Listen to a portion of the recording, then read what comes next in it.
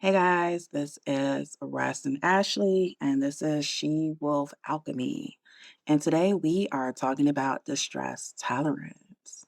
So, let me even explain how we got on this topic. About a week ago, me and Ashley were talking because we're friends in real life. We actually talk way too much for people who have a podcast together and then keep appearing on each other's other podcasts together. So, we're always having a whole bunch of conversations. And during a conversation that we had last week, Ashley was talking to me about a podcast that she was listening to. And the guy was talking about realizing that he did not have distress tolerance. And it was surprising to him because he thought he did. But what he realized is that he actually just shuts down when things happen. And he related that to being like, yeah, I can tolerate stress because I don't get like all and then growing up and becoming an adult, especially in relationships and realizing like, this is just another version of going, is shutting down. And while we are having that conversation, I, of course, related because if you've been listening to She Will for more than 3 episodes, you should hear me talk about shutting down, being my thing, being a thing I have to actively work through still, but being a big part of my healing journey, learning how to tolerate stuff and how for me that was a thing as well. Like I thought I had great distress tolerance skills because I was like, yeah, no, I've been in all types of crazy situations, and I'm like, cool. Like I'm not the person running around like a chicken with their head cut off, but also I was the person that would like detach from the situation and just be physically there and emotionally somewhere else. And how like that was a big thing for me too. How I also did not realize that I had no distress tolerance skills until I was like 29 years old and had a situation happen where I could not like emotionally detach. I had to sit there in my feelings and it was hard. Oh my gosh, it was so hard. And it was painful. And I was like, why can't I handle this situation better? I thought I had all these skills. When in fact, nope, I had a very avoidant personality. And so I was just avoiding stuff. So while I was walking around in my head, like I got all these skills, I'm an amazing coper. I was just avoiding stuff and not dealing with stuff. And so going through life, just like, yeah, I don't know why y'all crying. I'm doing great over here. I don't even deal with that. So it was amazing conversation. We're like, okay, we need to talk. This is not just one person over here or this little sidebar conversation, isolated incident. A lot of us are realizing this. And as you guys know, me and Ashley both work in the mental health field. And so we also talked about how we are seeing a lot of millennials come into the office and also recognizing they don't have distress tolerance skills either. And a lot of times when we are working with individuals, it comes up where they're like, "No, I have great skills. I know how to cope. I get my nails done." And you're like, "Yep, that has nothing to do with your ability to tolerate stress." So we thought we will bring it here and do a deep dive with you guys. One of the things before you give that definition to add to that of like what I had been listening to that kind of brought it up was one of the things for that person that they noticed is that they weren't able to sit in discomfort. And it was for that person having the realization they had never really from their perspective, they had never really been in anything, like never had experienced anything that was like heavy enough to really like life had been kind of okay. But what caused what happened was when his partner went through something, because sometimes we'll have things that are outside of us, outside of our control. We can do our best to live our lives on the most clear-cut path, on the path of the least resistance so that not too much ever happens to us, and then life just kinda happens. So, in that situation, something happened with his partner, and he realized that he didn't have the skills to really be there for her, be present, with her, because he didn't have the skills to learn how to sit in it, how to comfort someone when they're going through things. Like he didn't have that to lend to her. And so that was a big part of him like realizing like, "Oh, this is a thing. This is a thing I need to know how to do." Yeah, and I know for me, because matter of fact, you're jogging my memory about this conversation, and one of the things I pointed out was like, that's crazy because for me, I know how to comfort other people, have no idea how to comfort self. Mhm. And Mhm. it correlated because last week I was doing a lot of roles of a dysfunctional family. It's something that we go over in therapy a lot. This is like this child that's the scapegoat, the child that's the hero, the child that's the mascot, all these different roles. And some of you guys might be familiar with that because this also gets taught in other fields. You'll learn a little bit about it in like other subjects as well. And us having that conversation kind of coincided with me having to work with family roles a lot in my work that week and having to look at myself and be like, yeah, dang, and look at which role I fit into. And I was like, yeah, definitely feel like I felt like the what they call the lost child. And the lost child in the family is the child that there's other people in the family that everyone is like distracted with. There's a child that's the quote unquote scapegoat. So they're the child that they always got to go to the principal's office for. They're the child that they always got to like, why did you do this? Causing like stress or whatever. Then there's like the hero child, and the hero child is a child. It's like the golden child. It's a child that is like, you know, the one that's gonna miss somebody. And the lost child is a child that's like low maintenance. This is a child where it's like we don't really gotta do so much with them because they cool. We gotta focus on this problem child. We gotta be at all the games for the golden child. And oh, good job, you. Good job, you for just managing on your own. Mhm. And a big thing about that lost child is that that lost child tends to grow up to not know how to manage their own feelings. They tend to grow up really prioritizing how can I minimize myself to make sure everybody else is okay. Mhm. And they typically end up therapists. But that's another discussion. I was actually talking to a client. This was a couple months ago, but we had like a conversation and she was like, and I know you don't understand. You're a therapist. You're all perfect and stuff.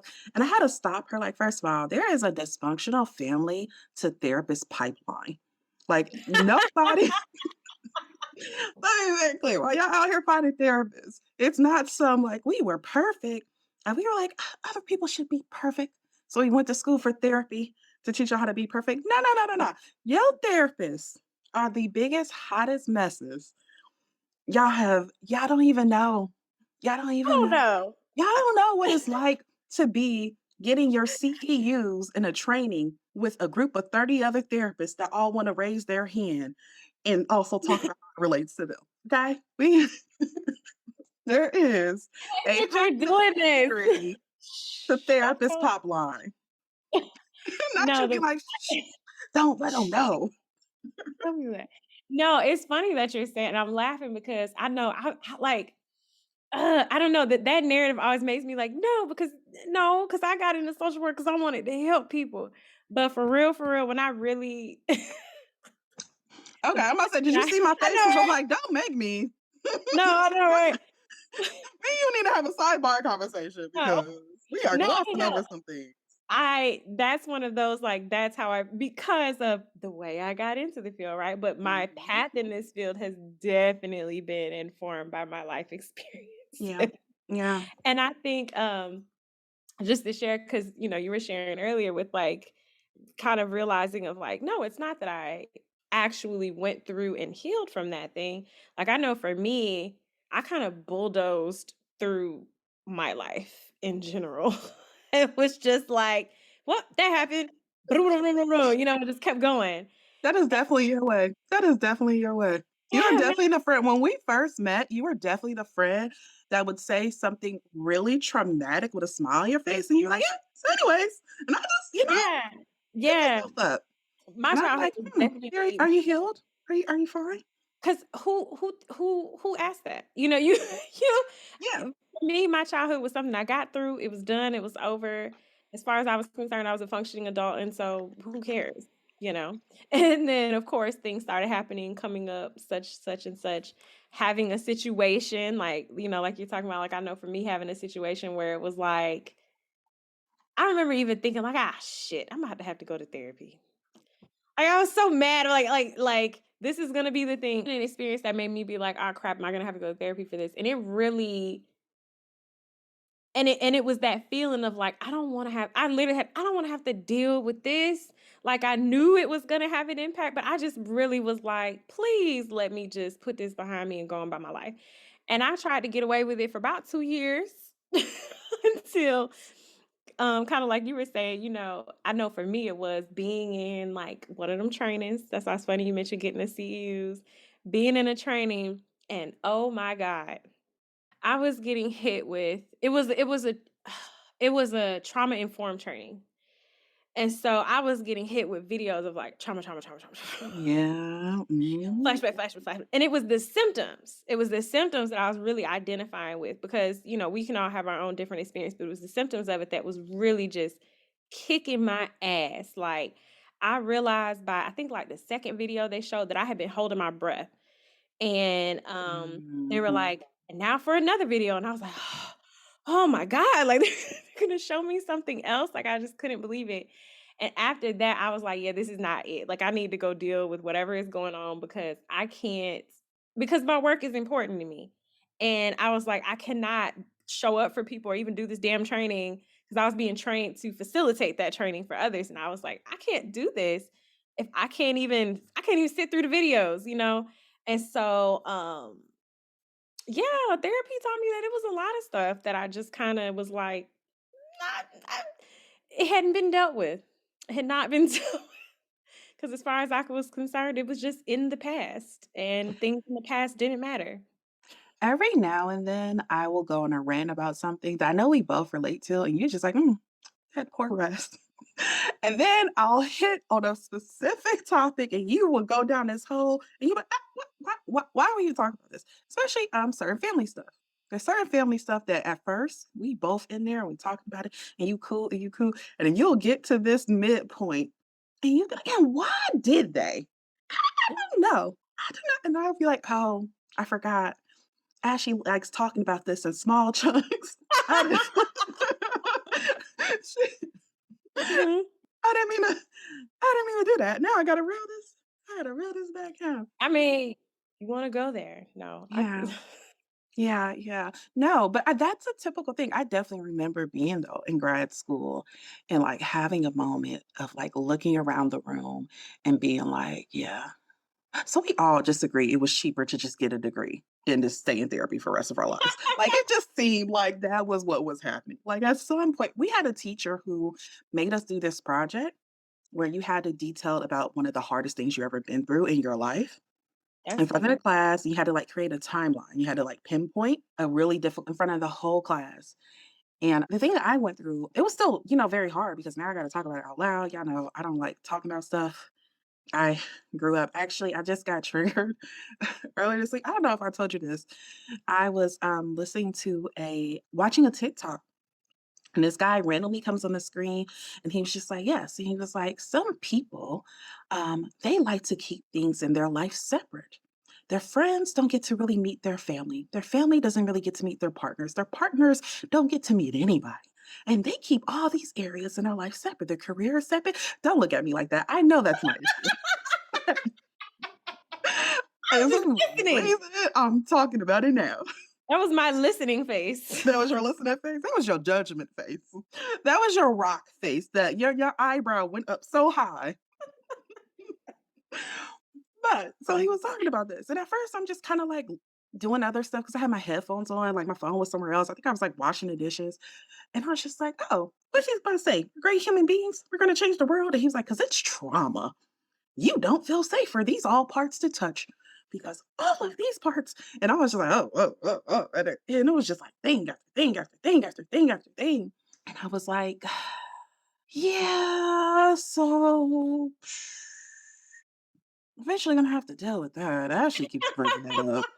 And and me and you had a conversation. I don't think did it make it to a podcast? I think we talked about it during a recording one time and I cut it out. But we got into a conversation about like secret keeping. And I got on like my high horse. I'm like, it is normal to keep secrets from everybody. Mm, That is a normal thing. And he was just like, okay, well, I'm gonna leave you with that. mm. And I got mad because I was like, just let me deal with one childhood trauma at a time. Okay. Like let me process one thing at a time. Secrets are no fun. Secrets can hurt someone. But I now, didn't nobody want to listen to the wisdom. I'm just playing. look. Anyways, The same my way, nope, mm, the same way you do me. There are just things that I'll be like, you know what? I'm gonna just let it ride because it circles back around, even if it takes a year, 2 years, look. We it both have always comes back things. around. What was it? What was it? There was another conversation me and you had. I can't remember what it was, but we both kind of did this like hint, hint, wink, wink. I'm talking about you to each other. I can't remember what the conversation was. Oh, it was something about like talking to your friends about things or like being very blunt and honest with your friends. Yeah, And I was like, yeah, but we all know. It's like we just all have friends who like certain yeah, you things that you see and you try to I'm hint it, and they are like, do not touch that. and you're And like, that's "Okay, but the I'm way, not but they ready." do things to let Yeah, you know, "Do not touch on that thing. I'm not you ready." did And well. you just go, "Okay." And then we both looked at each other and was like, "Yeah, yeah, I got friends. But there are things." And I just let it We just ride. We both did. We were yeah. both just like, "Yeah, you know, that friend." 'Cause it's gonna come up eventually. I'll be there for support. I'll be there. I'll be there. We just but I love our friendship. Yeah, I love the friendships. I think you said this like a couple episodes back. I love the people I have in my life right now. I hate that people have friendships that cause them anxiety and Mhm. stress. And yeah, because that's not where I am in my life. I just have really great friends who you want to get on my nerves. It's fine. I'll talk to you on Tuesday. Like we'll push past it. We're adults. It's fine. Um, but yes, therapists and trauma. So yeah, that's the thing. It is a thing. This is a true thing. Going back to the topic, let me break down what distress tolerance is. So, distress tolerance is a person's ability to manage emotional incidents without feeling overwhelmed. No, that is what it is. Ashley, do you feel like that is something that you have managed to kind of like have in your life now? Or was it something you've always had in your life? I think that on the one level, I'm like, well, I think my own trauma has definitely prepared me to tolerate some levels of distress. But actually being able to like it's something I feel like I have now, but it has definitely evolved in a different way. Like just being able to sit in distress, yeah, sure, I've been able to move past those types of things, but like being able to like really be okay. Like I really have worked on cultivate. Like I feel like I've always been a pretty chill person, but I feel like I've really cultivated this chill like on a different level and have gotten rid of a lot of anxious thought patterns that I've had, and that has helped a lot. So it's like I can be present in a way that I couldn't before because of my own stuff. Like I'm not like, I could have oh my god, it used to be rough, especially around money. Like, that was something I actively worked on, like, trying to change my mindset around money. Because if I think about things rationally, it's always been there when I need it. It just is what it is. It may have been tight, it may have been whatever, but to be real, it's shown up.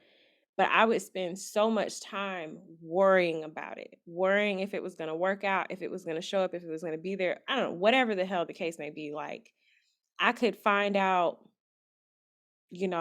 I could find out today that there's some problem that was coming up that was going to be a financial burden, an unexpected expense or whatever, and just wear myself out worrying about it, thinking about it, talking about it, being upset, everything, and then I pay for it, fix it, whatever it is. And I'm upset about it after that. Everything after that is like if I still had that $200, my life it just it just trickled, it just rippled out. It was so bad. And that was something that like I actively really wanted to change my mindset on and just be like, it's either there or it's not. Like I'm not gonna wear myself out in between time. Like I realized that I wasn't planning, I was worrying. And I was a big worrier. Despite the fact that I've always seemed pretty chill, I think, for the most part. But there are people who know that, like, no, I was a big worrier. But I've really been able to like Just so getting rid of that, getting rid of trying to live too much in the future and all this other and trying to predict every damn just a lot that was going on has allowed me to handle things in such a different way. Like not just tolerating distress, but really like riding the wave and being able to not get too thrown off kilter, whether it be sitting in my own stuff or being with somebody in theirs. So it's evolved significantly, and I'm glad, and it could still evolve, you know, but it's great. That answers your question. Yes, it does. No, I agree with you. And me and you have talked about this because there definitely was a point in time. I mean, you still do this, and I still don't know why, but there was definitely a point in time where people would just be like, you're so out there. You're so crazy. You're so creative." And you're like, "I don't understand why." And I think it's because I was watching somebody who was talking about like every person has 3 lives. And he was like, "You have a public life, you have a private life, and you have a secret life." And he broke it down like your public life is the people who know you at work, the people da da da da. Your private life is those close to you, those you're in relationship with, those who like get to see who you are outside of how you present yourself to the world at large. And then your secret life is that part of yourself where it's like, you don't really need know that. And usually for most people, you might only have 1 or 2 people in there. Some people have it bigger, but whatever. And I think it's because in your public life, you have a very larger than life personality. And I think in your private life, with those of us who you trust, we did get to see more of the nervous side. So you would be out there like, and I'm gonna advocate, and I'm a da da da da da. And then you would come back and you'd be like, I don't know why I told them I was gonna do this speaking in bed. I do not want to do this. I'm gonna do it for the people, but like, oh my gosh, like, and we got to see that. And I think that's where that conflict came in because um, I think sometimes we don't recognize that that part of us doesn't show to the people who aren't in our private life. And so again, it always made sense to everybody else. Like, no, Ashley is, she can do anything. She can take on the world. When it came to advocating, Ashley don't care. She will speak up, even if she's the only person to speak up. And then we would go home, and then Ashley be like, "Why should I have said it that way?" Red. That's one that is something I learned a long time ago, like, for certain situations, even if I am a do it scared kind of Yes. person. Because I realized I have learned that, like, people don't always notice you're as nervous or worried as you, like, actually feel inside, so, yeah, I'll stand up there, but Lord, it'd be hard. But, yeah, like, I've had those times of, like, yep, standing at the front of the room, talking, and it's sweat pouring down my back, and I'm just like, I know I'm just red, and everyone can see it, and I just Mhm. God. And then come down, everyone's like, "That was great." And I'm like, "You're all lying to Oh my me." gosh. And that's such a big thing with you. Everyone's lying I to me all the remember time. I was working at this job where I really should not have had the leeway to do the things I was doing. Me, you were working at 2 different jobs and you had a speaking event and you were nervous and you were like, "Can you come?" And I was like, "Yeah, I can come, girl. I had whole things to do." I just left. Didn't tell nobody. Just left. Came to watch you speak. And during your speaking, somebody was like, came up and was like questioning Don't some give me stuff. And you were just like, "I am just giving y'all the details. I'm not the person to," and they just kept going back and forth with you. And you were just like, "I am just letting y'all know what's happening. I understand your concerns. I am just like relaying information. I'm not the person who made the decision, blah, blah, blah." And you handled it so well. Like you did great and you handled it so well. And then we were like leaving and you were just like, and I'm sweating and they was asking me these questions and, da, da, da, and I was like, no, like you came off strong. Like, sir, I said what I said next. But to you, it was like he This man was yelling. You're talking about he was asking me. This man was shouting at me. And I'm sitting there just in my head, like, why is this old man yelling at me? Will somebody get him? Like, this is crazy. You just got me up here, just, sir.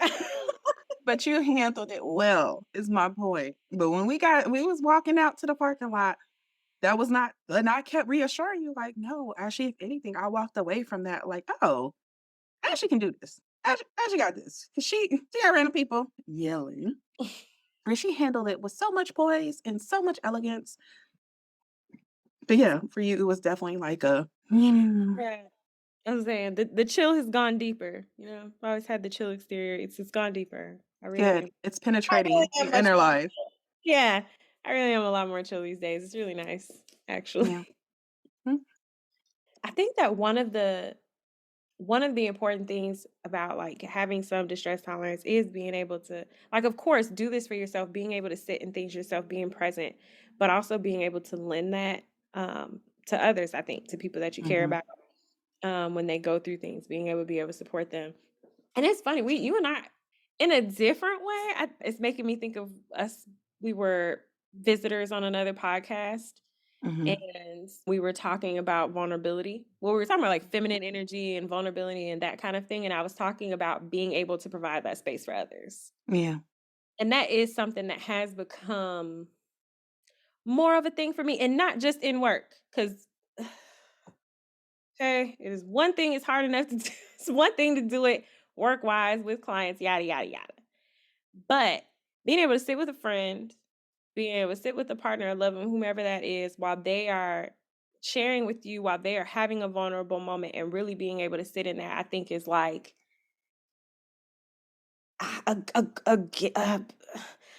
one part of me is like, I think it's a beautiful gift, but but really just like it's a good gift. It is something.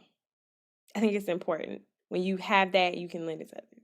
And without cracking a joke, without getting wrapped up in your stuff, without, because I can say for myself, even having certain experiences where it was like I was trying to share my story or deal with whatever I was going through and share with a friend or a loved one, and they would get so wrapped up in the emotions they were experiencing while I was telling them what I was going through that they couldn't support me, because they want to tell me what they would have done if it had been them in my situation. Well, honey, I don't need that right now. I just need you to sit. I think that too was also the start of me really learning that of like just realizing that these were people who loved me and who really did want to be there for me, but they really just were not helpful. They were not helpful, but it was because they were getting too wrapped up in their own stuff to even be able to provide that space for me. And so that's something that like I learned from that to not want to do to other people, of just really learning how to be present, let them do what they got to do. It doesn't matter what you would have done.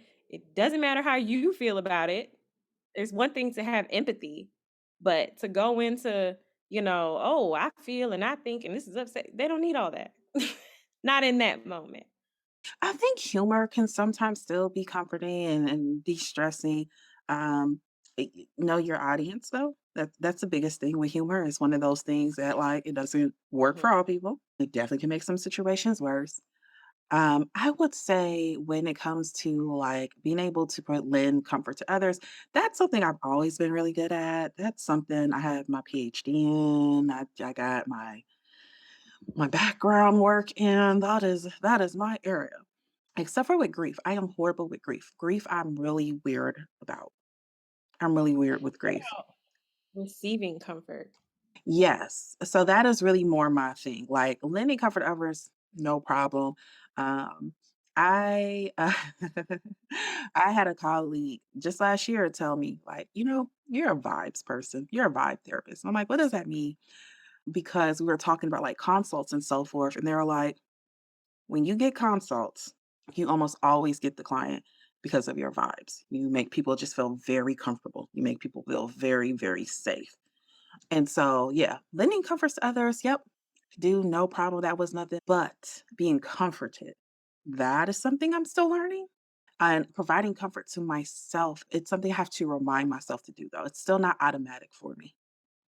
It's still something that, like, yeah, my first thing to do still is to want to detach. It's literally still my first thing. And then I have to remind myself, then I have to be like, deep breaths. And then I have to, like, I do the same skill sets I teach clients. I do them. I do the, five senses, calm down, deep breath meditation when I'm overwhelmed or when I feel myself detaching. I have to do it all the time because that's my default mode to just mentally zone out. But yeah, kind of going back to what I talked about in the beginning, I think very early on, I learned how to make myself small to take away the stress for others. Like, oh, Mm. you're already dealing with a lot. Let me not add to it. And then how can I help? And so I never really focused on my needs, and that's something, really entering into my 30s, I had to really, really hone in on. And I will say, like, it has been a journey because my default mode, yep, is still kinda disassociate or kinda go into mode of what can I do for others. So, like, recently I had a death in my family this last week, and my immediate mode was to check on certain people. Are you good? Are you okay? What conversations do we need to have?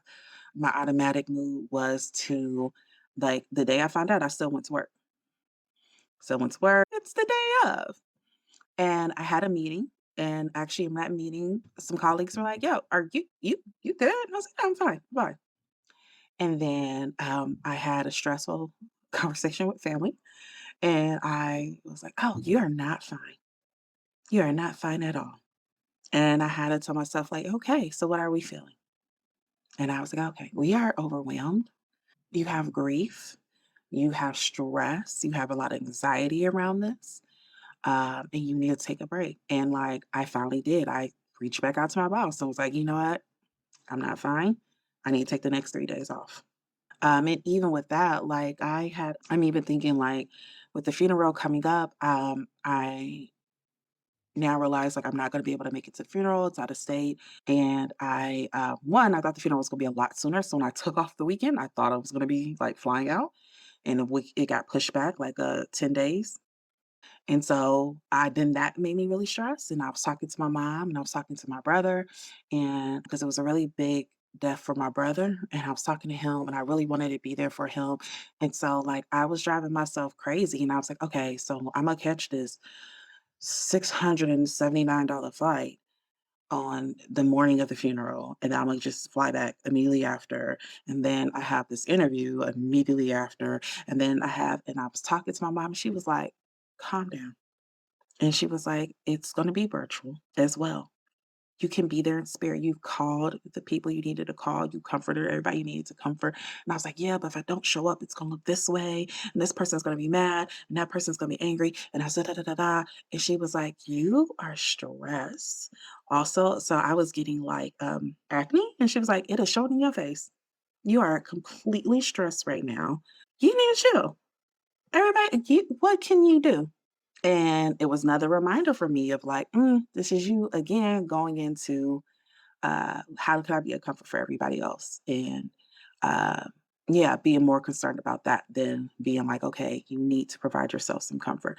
And then when I finally did and just had to recognize, like, yo, I don't think realistically I'm going to be able to make it.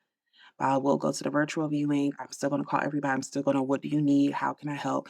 And then I'm going to take time. And I spent it in nature. I spent it in nature. I mean, I definitely said, I think on FaceTime, calling you crying in the rain. That was a thing as I was sitting out in nature, which was great because you reminded me. Because I was like, because I had talked to someone beforehand, and I was like, they asked me, "Am I doing okay?" And I was like, "Yeah." And they're like, "Okay. So you're outside crying in the rain. Let's talk about what level okay." And I was like, "Oh no." And then I talked to you, and you're like, "I mean, you like being outside, you like meditating outside, and it's raining. It's not raining hard. I think you're good. It's fine. It's fine." Yeah, yeah. I'm still half and half on both, but But yeah, can't so learning how to tend to self and comfort self and learning how to allow people to comfort me, that is a new one. That is a new one. I don't It's something I'm still new at. I don't know if I've ever really allowed someone to comfort me. I definitely have been through things and situations. But going back to that lost child role of I always felt my role was to minimize whatever impact was happening to me because there was also other people involved and they were closer to them or it happened more directly to them or they remembered the situation more. I got protection. I disassociated. So that is something that I don't know if I know how to let people comfort me. that's I real. tend to like to deal with my stuff alone. That's real. I know for me, that's definitely something I had to learn, and I'm thankful to therapy for that. Mhm. And I'm so glad I was in it because I was going through something, and I was.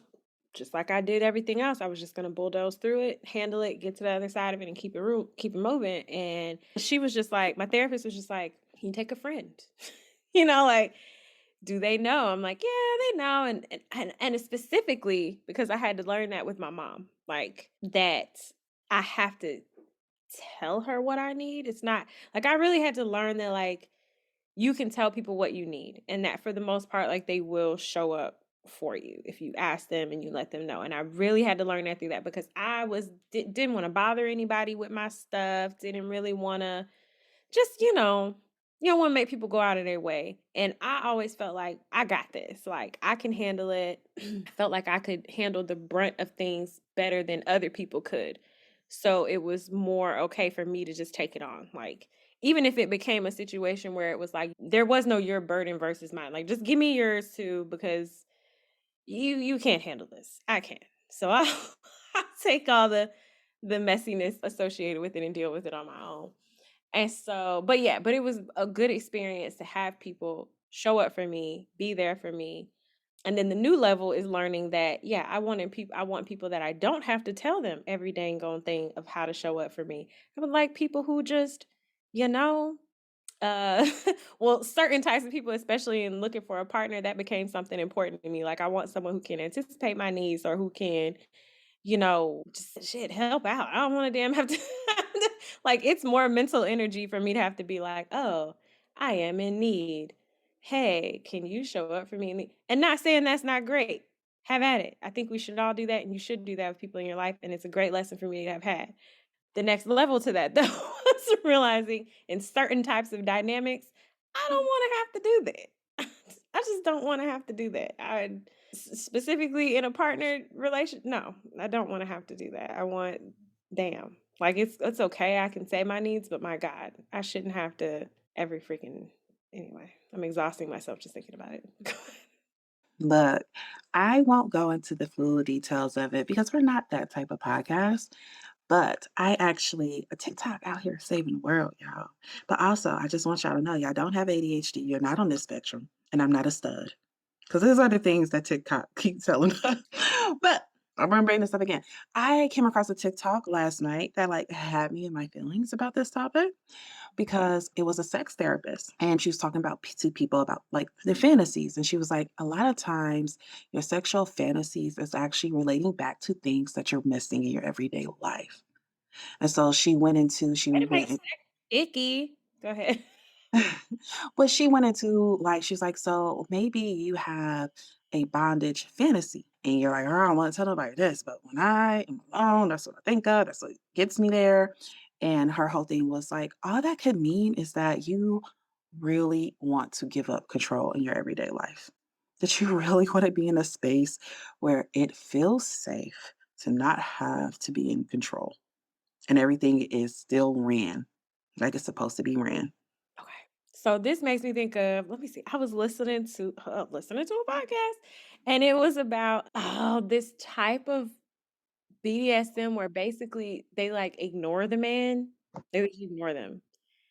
And this guy was talking about how he just loves it. He calls this girl, the woman, and she like answers the phone, but he talks about his life and she just ignores him and just does things on her laptop, has conversations with other people. And for him, being ignored in that way and just it gave him that feeling of just like kind of what you're talking about. He was saying like just like I'm not that important.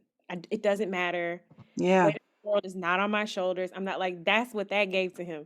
And then he would buy her things off of like her Amazon cart. And I was like, if all I got to do is ignore a man I've been doing it for free. for free, I've I been doing it for neglect free. you. Look, y'all. Look, y'all. Imma share it in our stories one day for y'all listeners. Somebody created a TikTok about how you can figure out if these, random pages that keep, like, watching your stories, first one that like everything that you post, and you have your suspicions of who it is. She created a whole TikTok on how you can find out, and I was able to confirm some things that I already knew, right? I already knew. But it was nice to have confirmation, like, yeah, cool. I've been ignoring an individual for 3 years for freaking free. And now you're telling me I could have just been getting paid to do this? Yep. There are men who will pay you apparently to ignore them. Yeah, no, it was good. Like she gave a couple of different examples of like what different things can mean. Another one, for example, being a pillow princess. Like if you are like, I like in your head, that's my fantasy. Like just be a pillow princess and just people come, they take care of everything, and I don't have to do anything, and I just whatever, whatever. And she was like talking about how like that can literally just be a sign that like I don't get my needs met on a regular basis. Mm. And I am always doing for others. And what that fantasy is saying is, I want someone to come and just take care of me. It'd be really nice if I got a chance to just sit back and be taken care of for a change. So I won't get into what my fantasies are. A lot of them are one of them are politically incorrect. I don't want to get into it, but You said mean. we can have a sidebar later. Not politically incorrect. You do not want to go down that rabbit hole. But anyways, it like had me in my feelings though. Once I like listened to her break down all these different ones and explain. So I was like sitting there like, okay, so let's think of your top three. Okay. And like I really sat there and was like, what could these like mean? Like what does it correlate with? And it had me in my feelings because I was like, oh crap, there is a lot of things in my life that I am like kind of missing and I'm kind of being like, I really would, this would be great. And that makes sense that when I indulge in fantasy life, that my mind immediately goes to there because this is me getting that in another way. Hmm. Just things of like, yeah, like having your yeah, no, there's no way for me to shout out at myself. Don't worry about what we've done. Okay. Nobody's being hurt in the making. No real people were harmed. Uh But yeah, anyways, when I sat down and like thought about it, I was like, oh wow, this is crazy. But a biggest one, one I feel like I can safely say was the want to just be vulnerable, wanting to be vulnerable, wanting to have a safe place to be vulnerable, craving emotional safety. That does it for you.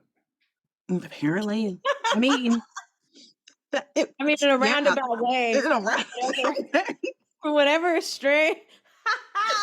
There are some side streets that have to be taken to get to it, but yes, that is the general. This what you narrowed it down to. Oh my god, that is so funny. Once we took away certain tools and certain people, it came back down to emotional vulnerability. Trying to think this, I'm like, I have to spend some time thinking about something. I don't have tons of like, ooh, that's my fantasy. Not really. Why are you like I had none that I haven't been able to fulfill. I know. Why are you making this face? I don't know what it means. Yeah. I was But I'm talking about what does it correlate to a need I don't of know. That's the thing. Like I really have no idea. Maybe in the past because I don't think I've thought about it as much, mhm, right? Because we talk about, and I mean, you can leave this if you want, I guess, but mhm, like we talk about like closeness and vulnerability and sex with someone who you're close to, but that takes a lot of work, mhm. right? I mean, it doesn't, it doesn't. I don't want to say that because I mean, of course, because of Greg. But no, it can be a lot to be in a vulnerable enough space that it translates into the bedroom, I Yeah. think. But there's also a level of vulnerability that comes with a complete stranger. Like, you're not going to see again, or somebody that, I don't know, there's a certain level of vulnerability that can go into that because it's like, I don't have to look you in your face later. I don't have to deal with the consequences. I don't have to worry about you judging me tomorrow. I Mhm. don't have to worry about this going anywhere because there's anonymity here. There's, just that kind of thing. So it could correlate to a like a certain space for a certain thing, but who knows? I It's don't like know. I want you vulnerability. to sit back after the episode. Sit back and think on your top 3 and just see what it comes up with. Because yeah, mine was vulnerability and, which one? I think all of them should go down to vulnerability. What are my top 3? Hold on. I had like a whole moment, like, it was powerful. Vulnerability and then, and being able to show up in the world exactly how I am without holding back. That was something that came through. And I was like, I am not zeroed down, did all the exercises. I was like, you know what? I really think that's about not feeling safe to just say what you want and do what you want and be what you want. I'm like, the only other one that I can really, it's like, it's seducing. It's not even, but just more of like a, So you are the person doing the tricking. yeah, I have the I would like fantasy to of be like tricked. that person who's, they're not unsuspecting, but like they're trying to behave. They Mhm. came here to be good. And I'm just doing things until they're like They can't behave. drag me off into the bedroom. Okay. Like type of like, oh, let me bend over to pick this up. Let me whatever, whatever. And they're just like, and I've anyway. So yeah, talking about like the vulnerabilities, of the things that you might actually want. So I do encourage y'all to do that. Like really sit, think of like your top two or three, and then ask yourself and ask yourself and ask yourself, like, what is this? What could this possibly mean that I want in my real life? What am I missing in my real life that this might correlate with? Fascinating discoveries. Fascinating discoveries all around. Yeah. And if you just want to hump stuff, like you should look at that too. You know what I mean? If we're saying all this and you're just like, what you mean? I'm trying to get off. Like, assess that. Assess Mhm. that. Assess. And you just want to feel used. That's a thing. I don't feel worthy and I just want to be used.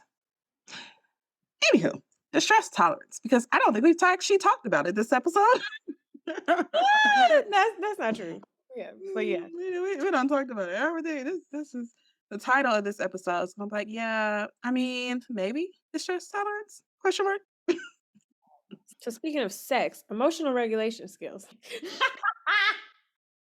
But going back to the stress tolerance, a big way to build up your tolerance for distress is to have some emotional regulation skills. Mhm. And I think to me personally, like the best and most key way, and I hate to say it because I know it sounds cliche, but like seriously deep breathing, guys. You always have your breath. I hate to say it, but it's like just being able to pause and have that moment to give your body and your mind time to catch up with each other is so important, and to ground yourself, to look at your surroundings, and it's like, okay, I'm okay. Because we start freaking out and going into our autopilot mode, whatever that looks like for you. Your autopilot can look like running, your autopilot could look like breaking down, I mean, whatever that is. We go into that mode because it's, something is happening. Something is happening. We're kicking off our fight or fight response. So being able to chill yourself out long enough to be like, okay, I'm safe. No one is actively harming me right now. My life is not in danger if that's the case. I think it's important. So deep breathing, it's a very freaking important skill. And it's not, and it is something that, and rest, I don't know if you want to share this. I don't think people realize how much that like they don't breathe properly. A lot of people don't realize that. Well, thank you for calling that out. I'm just saying. Because you had the actual the realization, but I think a lot of people don't realize like even for myself, like doing more breathing exercises with my clients and stuff, like they always say like, push out your or breathe from your diaphragm. I don't know what the heck that meant until like Mhm, actually really like reading about diaphragmatic breathing and how like expanding your belly gives your lungs more space, and actually breathing that way. Like a deep breath does not come from your chest. mhm, You know, yeah. and a lot of us, I see my clients do it all the time. I be like, take a deep breath, and they go, that's not a deep breath. That's a sigh, a huff. That's not what I'm talking about. And so we literally have to guide through it, putting your hand on your chest and your hand on your belly and actually feeling the difference. And Mm. when you have it as a practice, doing it regularly, you can more easily kick into it when something is going on. I've noticed it with myself. Like I am more likely to, because I practice it, go into just taking a deep breath when something is going on. And I don't care how it sounds, I don't care what it looks like. If that's what my body needs to do so I can be in this moment, then that's what I'm doing. I'm glad you brought it up because, yeah, when I first started meditation, I was doing a breath yoga class. This is some years ago. This is like 2017. And I wasn't getting the same thing everybody else was getting. I enjoyed the class, but I wasn't getting the same thing. And later, yeah, going through some trainings for work and realized I wasn't breathing right. And I realized that because the way they were telling me to breathe, I could not comprehend. Like, could not comprehend. And they're like, "Well, how are you breathing?" I'm like, "I don't know. It's on autopilot. Like, I don't think about it. It just happens." I'm very unaware what the process is. And it does change it when you are aware. So, yeah, she's right. When I do give breathing exercises, I do it with my clients, and I'm like, "Okay, our backs are straight. You are gonna deep breath in through the nose. Feel it all the way down to your belly. Expand your belly out. Hold it, release, but feel it release. Feel it actually go through the steps of going up your tummy, through your lungs, up your throat, out your mouth. Um, because mouth breathing is so hard for me. Like I that is that's the part that definitely kicked me up. But it does, it changes things. And I have found meditation work to be literally a game changer. And it's one of those things I feel like, especially in therapy, you bring it up and people are like, Mhm. oh my gosh, I don't want to meditate. I meditated before. And then you ask them how they meditated, and it was not meditation. They angrily closed their eyes while they thought about a million other things. Right. And they did a puff puff. It was like, I nothing changed. I'm like, yeah, nothing's gonna change that way. Um, Math, you're right. It's incredibly helpful. It really brings you back to the present because you have to be so focused, especially if you're not used to doing it. It takes a lot of effort to be that focused, and that causes you to be present. It causes you to like, okay, what is my breath doing? What is my stomach doing? Is my chest going up and down? Like it forces you to be in that moment. And that's a big part of the stress tolerance. Can you be in that moment? And speaking of like being present in any of these things, again, like it's a practice. It's not just for when something is happening or something big is happening and you need it. Like when we take the time to be present in just our regular everyday life, instead of always zoning out or trying to numb ourselves or whatever the case may be, in the mundane, even washing the dishes and things like that, like being present in that way. I think it helps strengthen it so that you have this as a skill. You notice when you are not doing it, when something big is going on, versus if you were, if you're constantly checked out, you're not very much in tune with your life. It's not something big hitting your life is not gonna all of a sudden you'll be able to do it. It's like, oh yeah, now let me whip out those skills they was talking about. No, like it's really an active practice to be present, even meaning right here, right now, feeling it, being a part of it, not trying to jump too far ahead of yourself, trying to plan and work everything out and predict everything in the future, not dragging things from the past and ruminating over those, like truly, truly being present in the moment with what is happening. Yeah. Yeah, and that is not the only things. DBT is kind of like your go-to when it goes to the stress tolerant skills. I know there's tip skills. Like Mhm, putting yourself like in these uncomfortable situations and managing. mhm, It's how some people try to build up those skills as well. mhm. Learning to self-soothe. Mhm. So yeah, it's not running from things. It's not dealing with things. It's literally like, what do I do? What I do when the things are happening? How do Mhm. how can I sit in the muck and not freak out and run? Yeah, How can I keep my head, my sanity, my nature? Because that's the thing too. That's what we didn't mention. Like for some people, it's like being in high stress situations will completely take them out of character. And that could be important too. It's like, man, I don't want to be someone who acts like this when these types of things happen. I would like, and I know for myself it's important to me to feel like I'm me mhm, um, at all times and not feel like I can be easily taken out of character, especially by other people. Like that's just foolishness. I don't want other people to have that much control over my mood that I'm over mhm, here all over the place. So that's a big part of like a good reason. You don't want people to be able to take you out of your element all the mhm. time. Well, and I'm thinking even on my side, like a big part of me learning distress tolerance was I I want to stop running. And of course, you don't look at it as running. You be like, I don't deal with the nonsense. And then you run. It's just running by another way, and building up those abilities to sit in uncomfortableness, to have the tough conversations. Mhm. And I think some of that does go back to vulnerability. I do think sometimes the tough conversations means I got to be vulnerable. This means I got to say, you hurt my feelings. I didn't want you to know you had the ability to do that. Yeah, that's real. Yeah. So, planting your feet in cement and learning how to stand there in it. Like, distress tolerance is just a part of the healing process. It's not the whole thing. Mhm. Mhm. Learning a coping skill is great. We still need to do that shadow work though. No, that's a good point. Because these things are not, and I even say it with my clients. I'm like, it's not a magic switch. Like after you regulate and do all you gotta still gotta deal with the problem at hand. Mhm. If you notice yourself constantly being thrown and being dysregulated by the same situation, like, and that's what I think that too is the important part of sitting with it. Because maybe you'll become so uncomfortable that you will do something to change it. Look. Maybe you'll set a boundary. Maybe you'll leave. Maybe I don't know. But if all you're doing is numbing and running and doing these other things just to distract yourself, that's what discomfort is for. It's to push us into action at times. And so if we're constantly trying to numb that, we're not Mhm. even I think. You said this in the like music episode that we did. You were talking about some song. I can't remember what song it was, but you're like, oh, and I remember just when the song is so me. I'm such a misunderstood woman. And I was like, yeah, because Kinds in the Sky was that song for me. I was like, yes, girl, I too.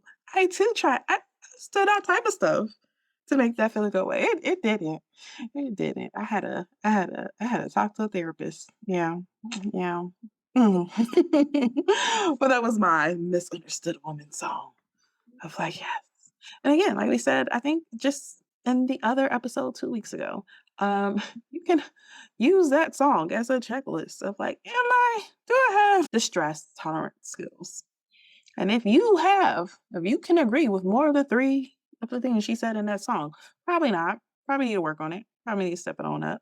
And I think even on an ending note to really highlight that sometimes the best way to build up your distress tolerance is to align with radical acceptance.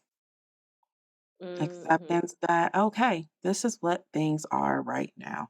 What can I do about it? And maybe sometimes the answer is nothing. It's just a thing you don't have control over. Can you sit in it and self soothe? Mhm. So, yeah, guys, that has been our episode on distress tolerance and other things and other things. But we hope you guys enjoyed. You guys will hear the sound of our voice in about 7 more days with a new episode. I hope you guys have a great week and bye. Bye.